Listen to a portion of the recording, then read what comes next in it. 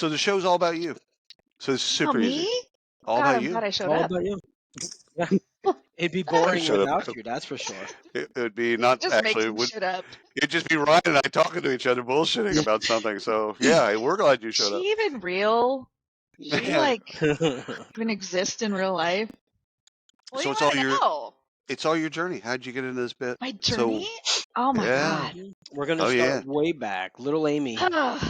Yeah, little Amy that Way decided to be back. a recruiter. Yeah, Little At the baby age of Amy. 6. baby Amy. Yeah, Wh- baby Amy. If you see, I use it every now and again for social media because Right. LinkedIn loves a selfie. I have a picture of me, very angry 3-year-old, Oh, okay. standing in front of my tricycle barefoot on the gravel Your road. picture should be When I was into recruiting. serious.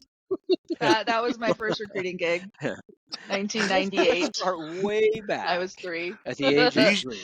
You used to. I don't know if you still do this, but you used to send memes to engineers. All the time. Like that was a bit. Of course. Like I remember you talking about that. I'm like, that's genius. Like I'm not gonna even try to fucking sell you on shit.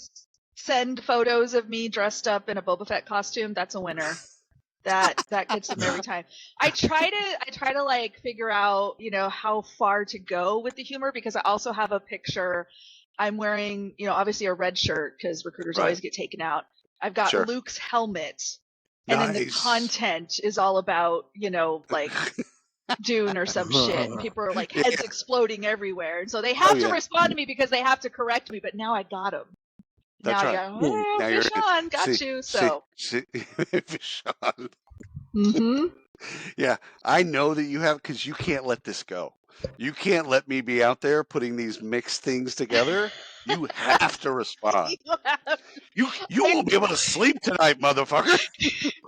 You want to get somebody's attention, say something they can correct, and 100%. They will eat out of the palm of your hands. Like they love that shit. People love to educate and correct. So if you come in, just say anything crazy, and they'll be like, "That's not true," and then you got them. So yeah. All right. Yeah. How did this all start? How did I fall into this? Because no one does this shit on purpose. No. And if they do, I think that's the sociopathic tendency we have to watch out for. Ryan, we're already into the show. We'll go back and do an intro. Fuck that. Or not even do an introduction. Should we just pause? So how about we just say, welcome, Ms. Amy Miller, to the Practitioner's Corner? Is that what we're doing today? That is. Done deal. Yay! Okay. See? We did. We introed the show. So the people that actually think that they're in high school or maybe even college that want to go into recruiting, these are the sociopaths of our industry. I worry. I mean, I have questions. Like, yeah, me too. How many times did your mom drop you on your head? Let's start there. What age were you when you started to sniff paint? Tell me. Right? How much glue would you say you've consumed over the years? Raise your hand if you've actually huffed paint. Fucking awesome. You sprayed it in a Wonder Bag, like a bag of seriously, like a bread bag. You spray it down into the bed and then you inhale it. You put it over your nose, your mouth, and you inhale it. So this is officially lights out. This is officially the point at which I have to mark "not made for kids" on YouTube. Yeah. That's the filter right here. I'm not saying to do it. We're not saying do it. I'm just saying idea.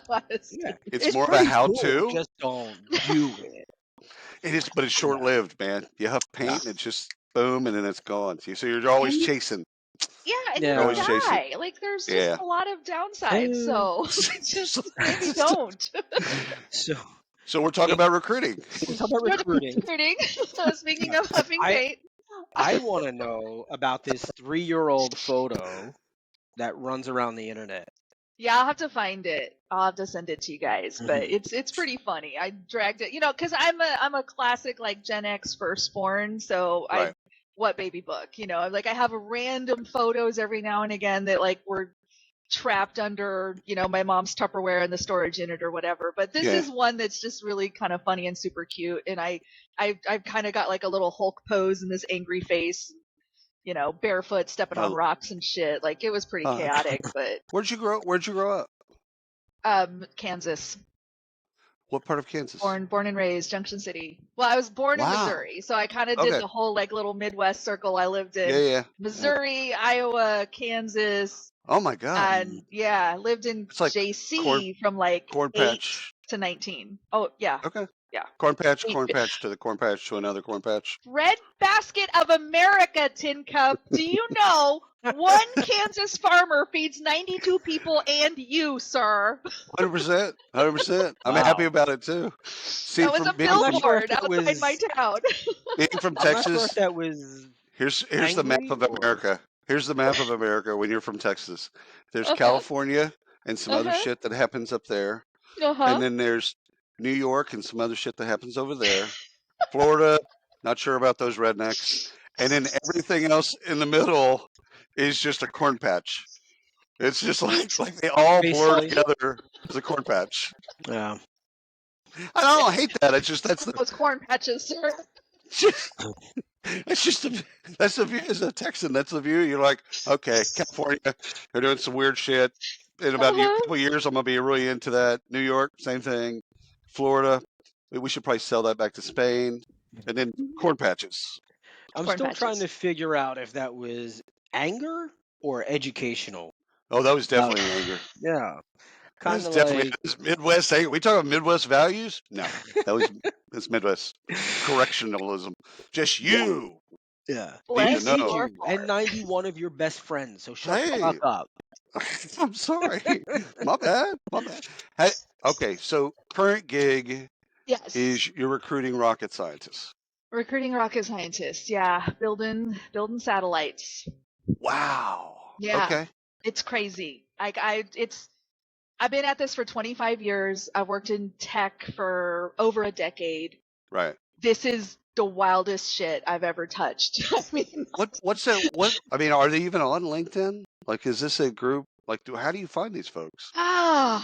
Through their a shopping habits. little bit on LinkedIn. Like that? You know, and kind of riffing off our earlier conversation about me annoying people with really terrible pictures and Right. mixing fandoms. Reddit, Twitter. I'm always going to call it Twitter, by the way. That's just a hill I'm prepared to die on. So, 100%. but a lot of it is like, I made a really good friend, actually, a fellow named John who's retired from NASA. He's absolutely just the sweetest man, and he helped me out a lot. But I actually met him because I put out a plea. It was like, I have to recruit a reaction wheel engineer. What's a reaction wheel? Can anyone explain this to me? And they all came running, you know? And this gentleman, John, who is so lovely, he wrote me like this novel, like over DM, and just explaining to me what it is and how it works and where they're made and who to talk to. So it's a lot of word of mouth. And again, you know, just me being like vocally, you know, admitting, I don't know what the fuck I'm doing here, y'all. What's a reaction wheel? So that brought people to me. Are y'all? Is this a book club? All right. Well, I didn't read the book, but let's go. Yeah. It's a very small industry. Like these aerospace folks, they all know each other. They know of each other. You know, so there's a lot of like, at one time, probably my favorite was I got a name. They're like, he's not on social media. You're never gonna find him. Challenge accepted. So I found his dog's Instagram. And so I had to make my dog an Instagram so that my dog could be friends with his dog. And I like all of this. There you go. Now you can DM. Creepy. No, that's awesome. You gotta do what you gotta do. Well, again, I'm not saying it's not awesome. No, of course not. But the play also, because it's a known community, is they can't have a bad experience. Yeah. Like if they have a horrible experience. Right. They all know each other, and I think the last time I did the math, something like 70% of my hiring managers were my candidate originally. Whether I hired them as a manager, I did that in many cases, but there's also a bunch, especially in the early years, I've been here 4.5 years now, that I hired as like ICs, like, hey, come and be a manufacturing engineer. And now all of a sudden you're leading these massive teams and I'm hiring all of your people. So we have this really unique partnership that's kind of grounded in, I was good to you as a recruiter. warned you when you became a manager. Tried to talk you off And the it ledge. works really well. Like we have this history and this bond and this like just connection that you don't always get to have with your hiring leaders. So I'm super grateful for that. That's awesome. Another one, this is what's interesting about like this community, because you think, oh, Ames, it's so easy. They all know each other. You get a bunch of referrals. I get names. I don't get contact info. I don't get introductions. Don't tell him I told you, but this guy Joe would be great. I'm like, shit, how do I find Joe?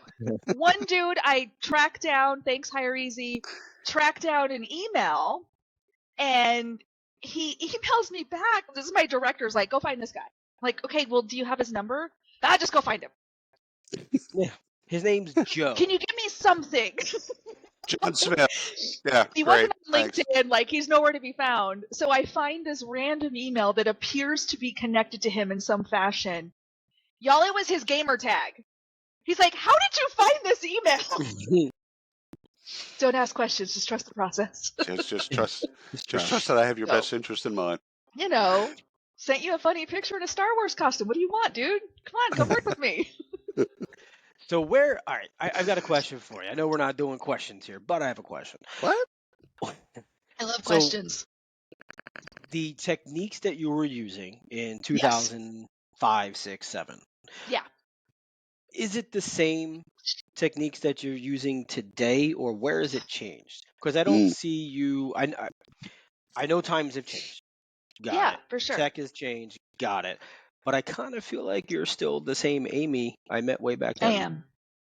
I really am. Like, I think that I give way less fucks these days. I think that's probably changed. Like, 2005, like, I would have cared more what people thought of me.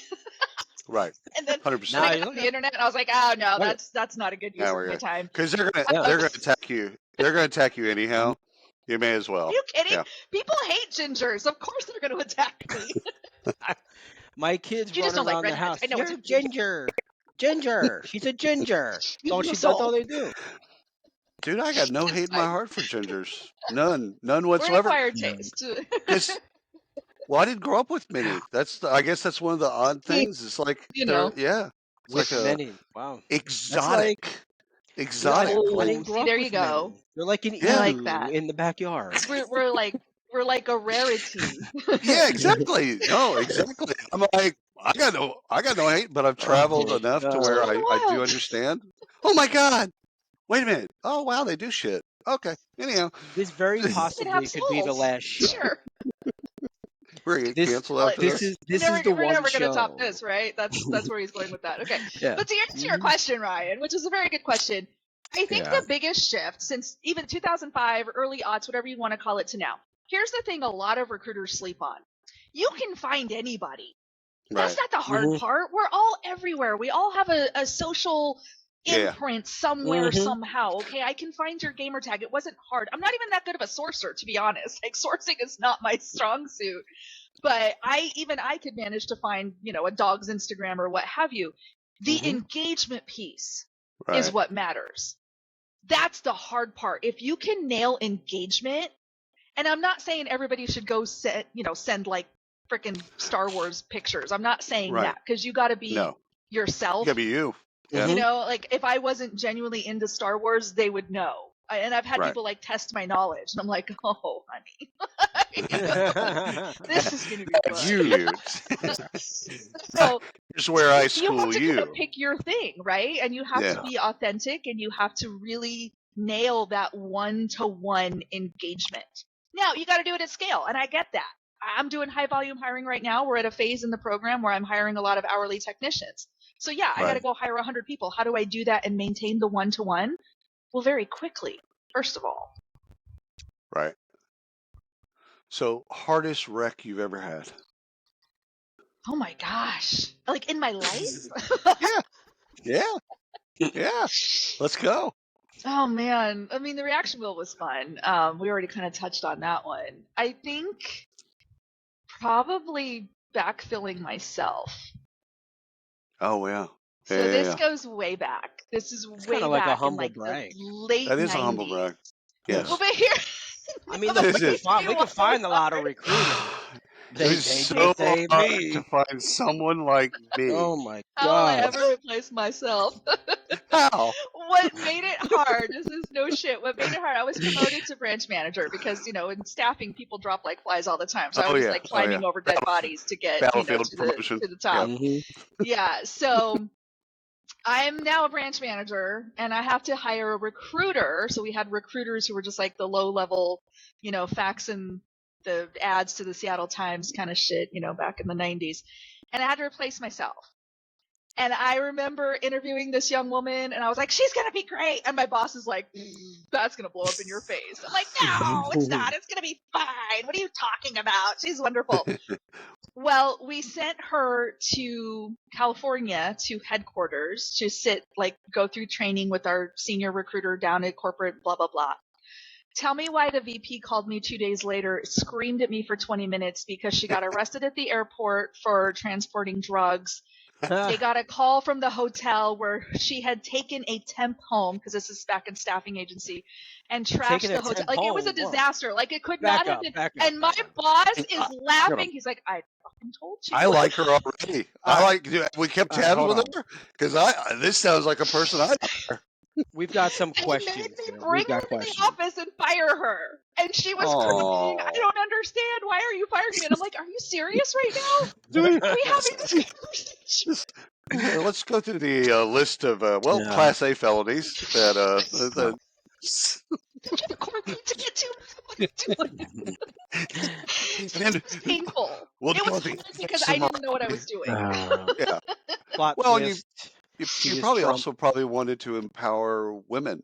I did. I mean, I was only like 25 or 26 myself. I was young and early in my career. I'd only been there a couple years myself in staffing, and exactly that. Like, I really wanted to I saw myself, right? I had that bias going on. Like, this is a young woman who's trying to build a career and trying to figure something out. And I gave her a chance, and I learned the hard way that there are just going to be some foundational things that we have to get right. So that sucked. But yeah. So was she transporting the drugs on company travel money? Yeah. Hell yeah. Paid for her plane tickets, paid for her hotel.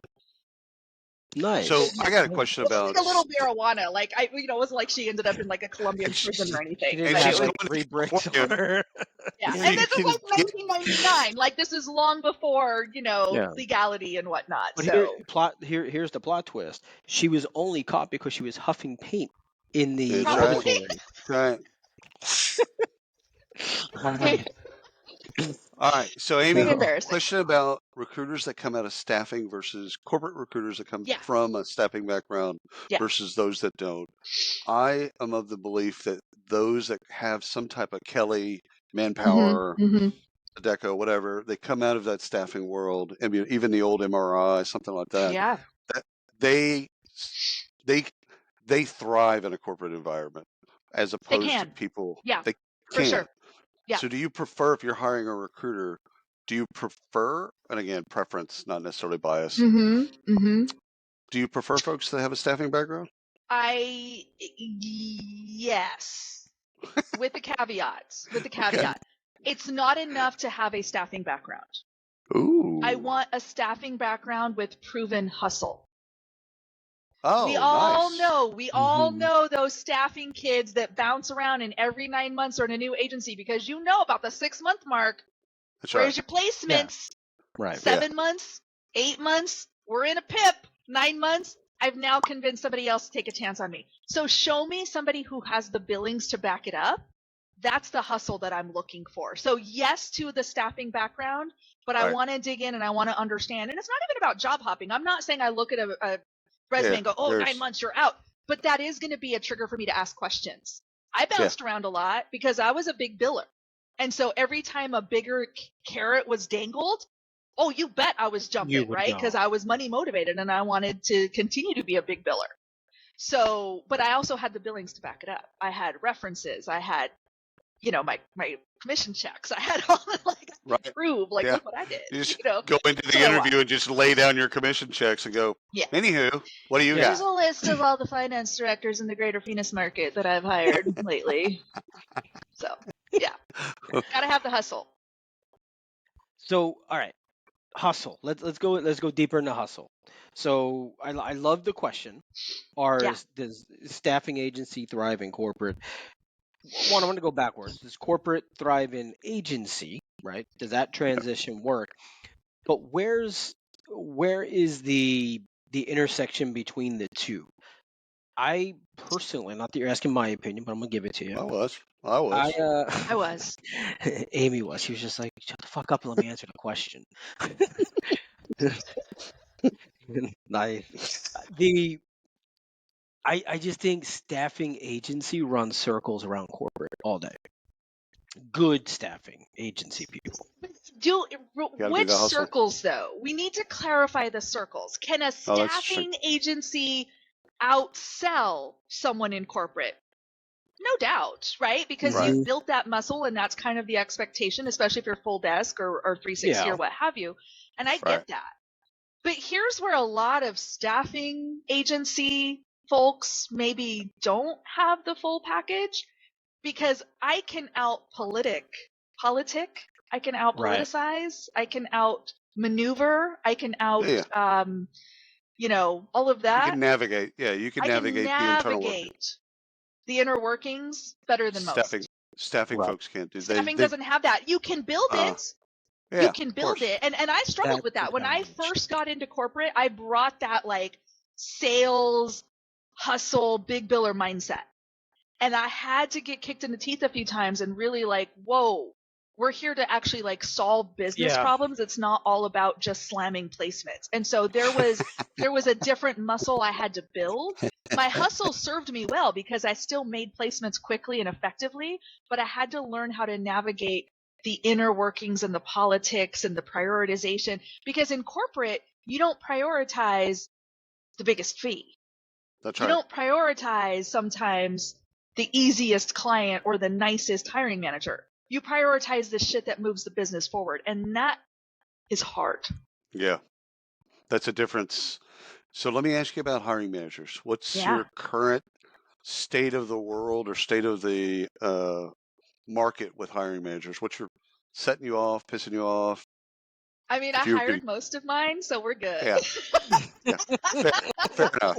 Fair enough. They know. But they knew what they were signing up for. They know. You see what's out there, so you know what's going on. So what's? Yeah. Because I'm going to ask the same question about candidates. Yeah, for sure. The biggest issue is a disconnect with reality. Right.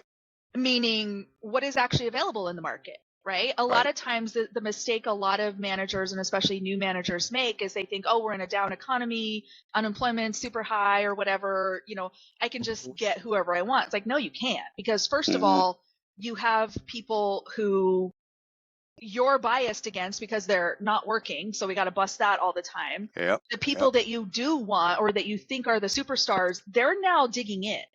They're like a tick, like digging into their current companies. They're not going to risk change.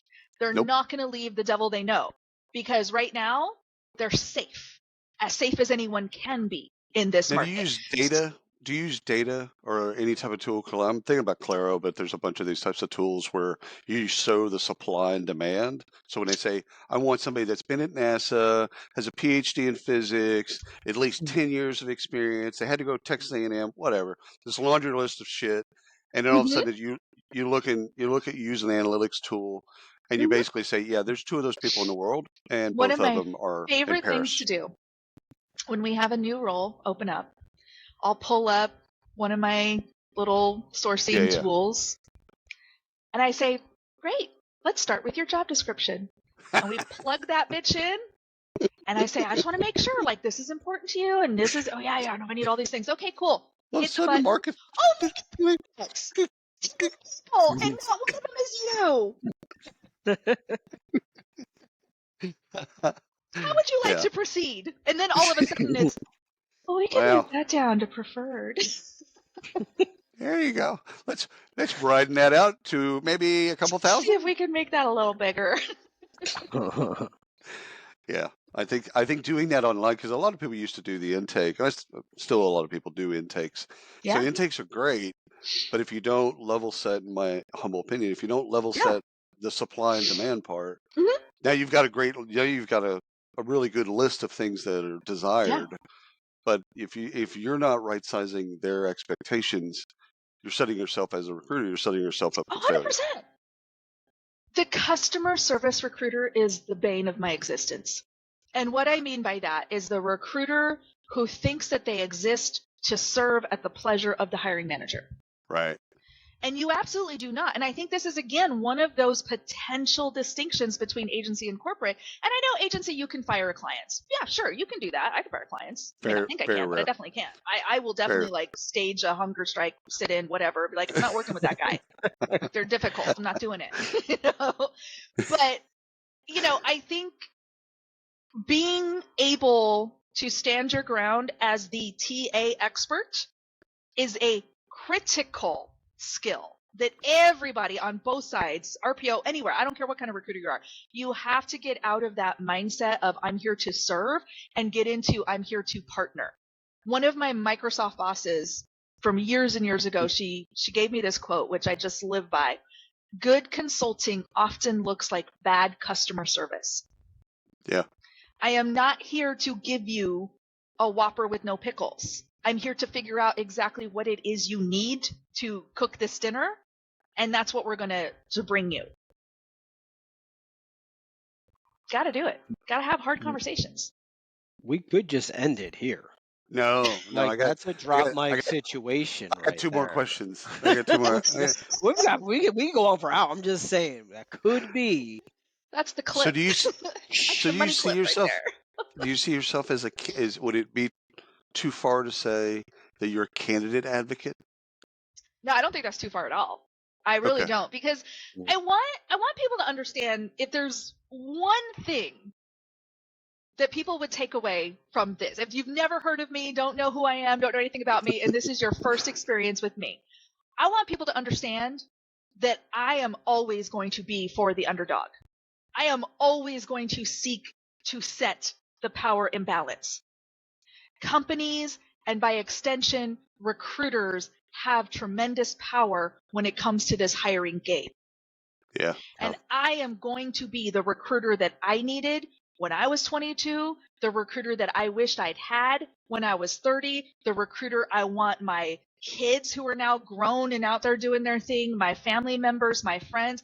I want that experience and that leveled playing field for every candidate, even the ones that are not mine, which is why I spend so many hours creating content on YouTube, writing the blog, templates, FAQs. Like, I have so much shit for candidates because they need an advocate. Because frankly, there's a lot of people cosplaying as advocates who are happy to put their hands in your pocket and take a little money from you while they're dishing out shit advice that actually makes your job search harder.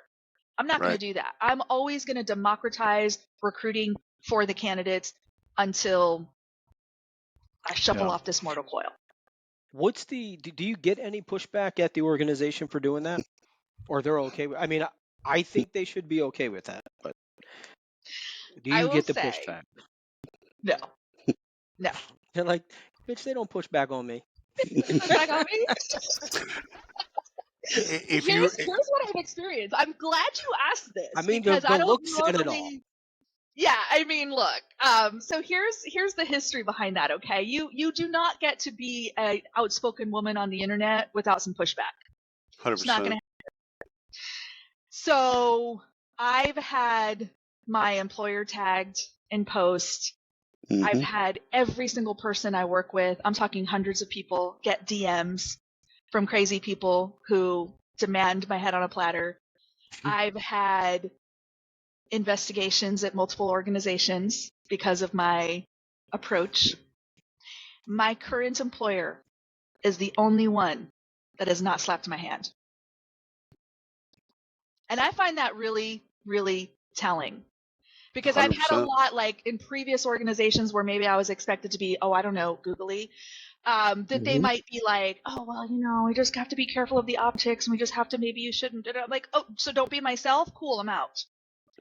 But in my current organization, it is rewarded. Right. Like, they appreciate what I'm trying to do. And frankly, here's the other side effect for any recruiters who are kind of questioning, like, should I be more vocal? Should I be more outspoken? I've made hires from my shenanigans. Right. I've had people like email me. They use my own scripts on me. Like when we're negotiating salary, you know, they'll be like, well, I heard somebody say I should say this. Like, Gotcha. I'm pretty sure. Yeah. Or you're quoting me back to me. Thanks. you're That's to me. Now, does a recruiter that's not performing at a high level get that they're same leeway? no, hell no. Or does the No. employer say you need to stop this? Performance has to be there. But Ryan, it does. think about this from a sports perspective. Think about your favorite sports people that are outlandish, right? Mhm. Yeah.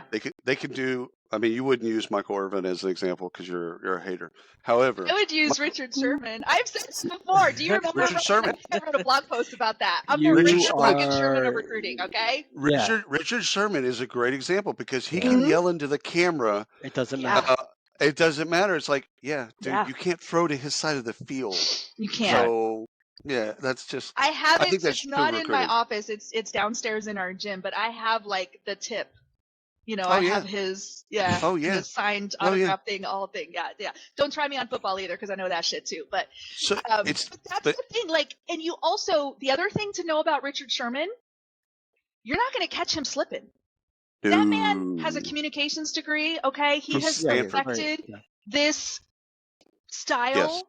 You Yes. are not going to catch him slipping. Everything that comes out of his mouth, he knows exactly what he said. He meant exactly what he said, and he dog walks people on the regular because he is a master of owning that PR spin. And Oh, he's yeah. my idol. Oh, 100%. 100%. I love that shit. But to Ryan, to core your question is performance. You Yeah. have to perform. With performance, Yeah, with back it up. great performance, well, yeah, you can be as outlandish as you need to be, or truer to oneself that you want to be.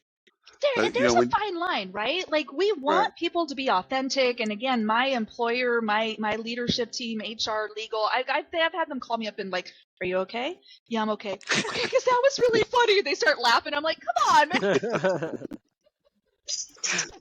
No, I get it. But I think what's great about it is not only I have the performance to back it up, like I am kicking lots of ass and we're doing really, really well. My team is amazing. But we are seeing the benefits of it. Like we're getting good press from the people that matter, the candidates we want to come work here, the leaders that we want to engage with. Like they like it. So if you get it, you get it. And if you don't, this maybe isn't the place for you anyway. And I'm okay with that. So you said something about women that are outspoken. Yeah. And I'm going to try and tie this together, but it's going to be really, really poor at first. So there's been, in the last 5 years, there's been probably a dozen porn stars and Instagram models. And this is where we go. Sure. No. There's someone on trial right now for this goes. bullshit. No. I'll tie it together. We need to put you in a courtroom too. Come on. Because Instagram models and porn stars that have committed suicide because they were outspoken about something, and the blast back was so intense that they did. You know, there's obviously they couldn't do something about it, and they opted out. And it's like I find that just fucking sad. It is because sad, random people that they don't know impacted their life in that way. So yeah, and I, obviously my stage isn't that big or that visible. Well, it is now that you're here. I mean now that I'm here. I know where you're going with this. I like it.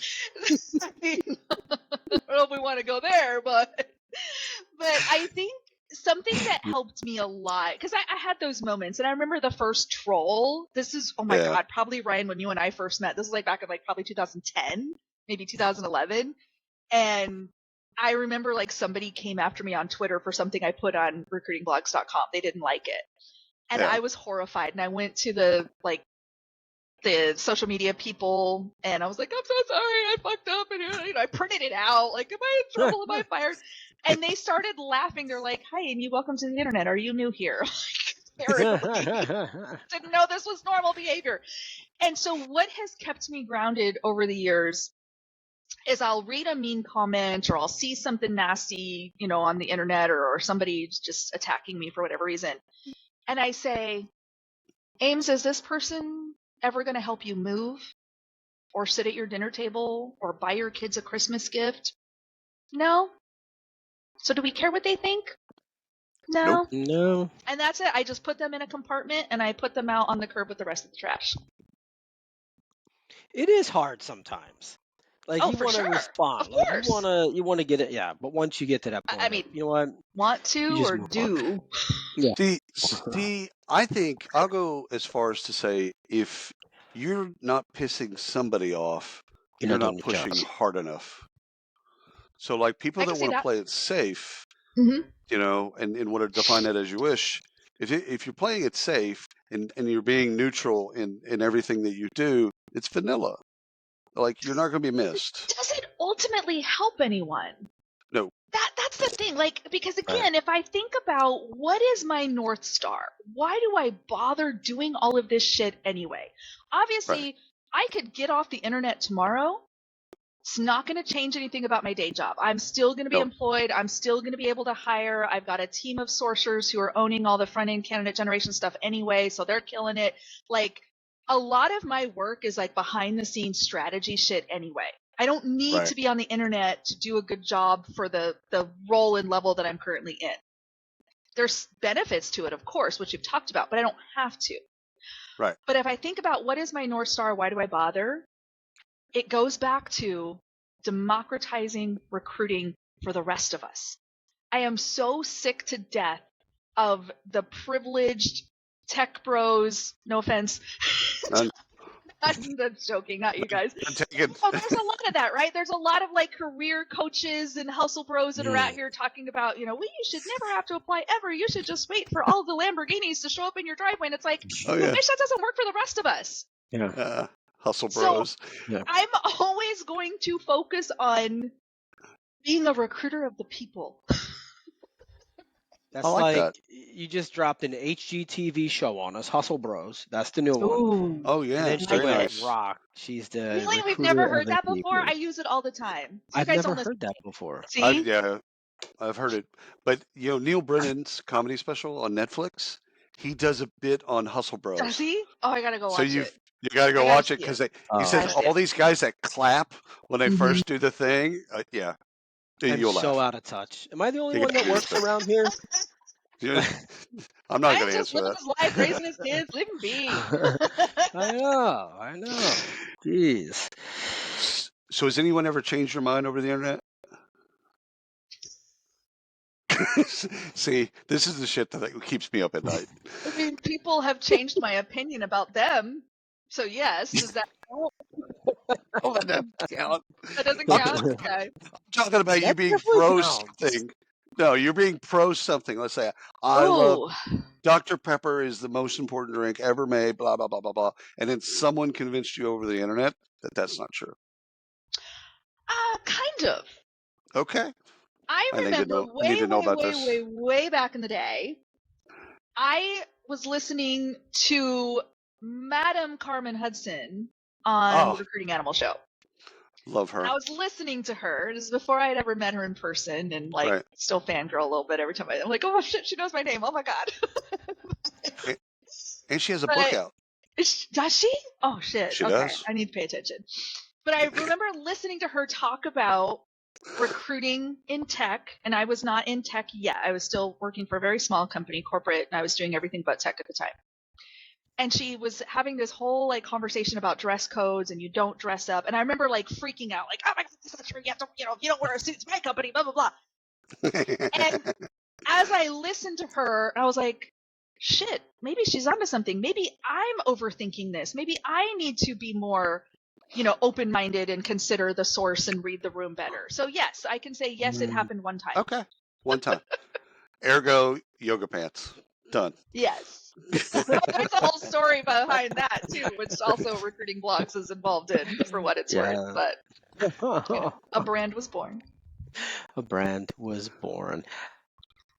Amy. Fun fact, I've worn yoga pants to every interview I've had since then.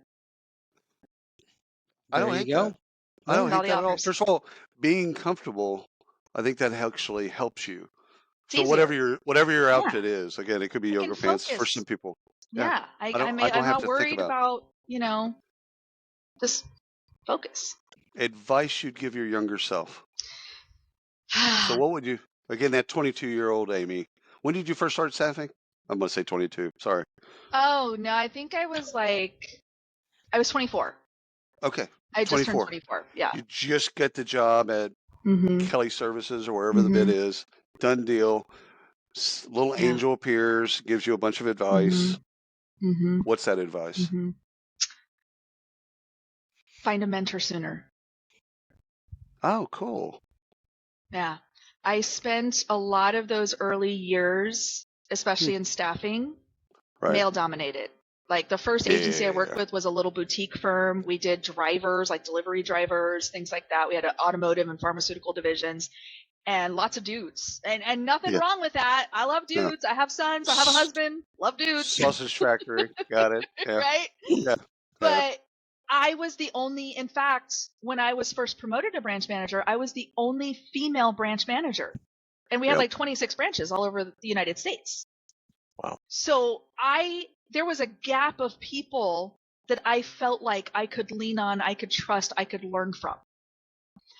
And in hindsight, there definitely were male leaders who would have been that mentor to me if I had been smart enough to ask, if I had, tried to put into words where I was struggling and what I wanted to learn and where I wanted to go. So that would be, even if it wasn't within my company, I could have maybe gone outside. I couldn't have gotten involved in like recruiting groups earlier. This is like back in the days of like, Craigslist meetups and shit. But, I could have done that. I was very much like an island for several years. And I think that held me back. I didn't get into tech till I was 15 years in the industry. Like I'm way behind a lot of my peers in that way because I had to kind of grow up through this slog really on my own for a lot of it, which did not serve me well. I love it. Ryan, we could talk forever. We could. I'm still waiting to get into. You got a into last question? No, I'm waiting to get into the story of Amy. We still haven't gotten there. We've just been talking story recruiting. Of Amy. Oh gosh. No, I'm kidding. This is your story. Yeah, this is your story. It is your story. We've nibbled around the edges. Amy, this has been amazing. It's been amazing. We've known you a long time. It's always a breath of fresh air to have you on or do something with you. I did have coffee prior to you coming on. I told William, I said, he's like, go do some Coke. I'm like, I'm going to go huff paint. Like, why not? Fuck it. I'm going to huff paint. I opted for the coffee. Dude, no judgment. Whatever you got to do to get up, get up. If my mom's listening, and God bless her if she is listening this far in, I opted for the coffee. I left the paint, and I didn't do the Coke. Leave the paint where it is. We're all good. So no towel. Anyhow, no towel here. No towel. Amy, this has been fantastic. Thank you so much. Until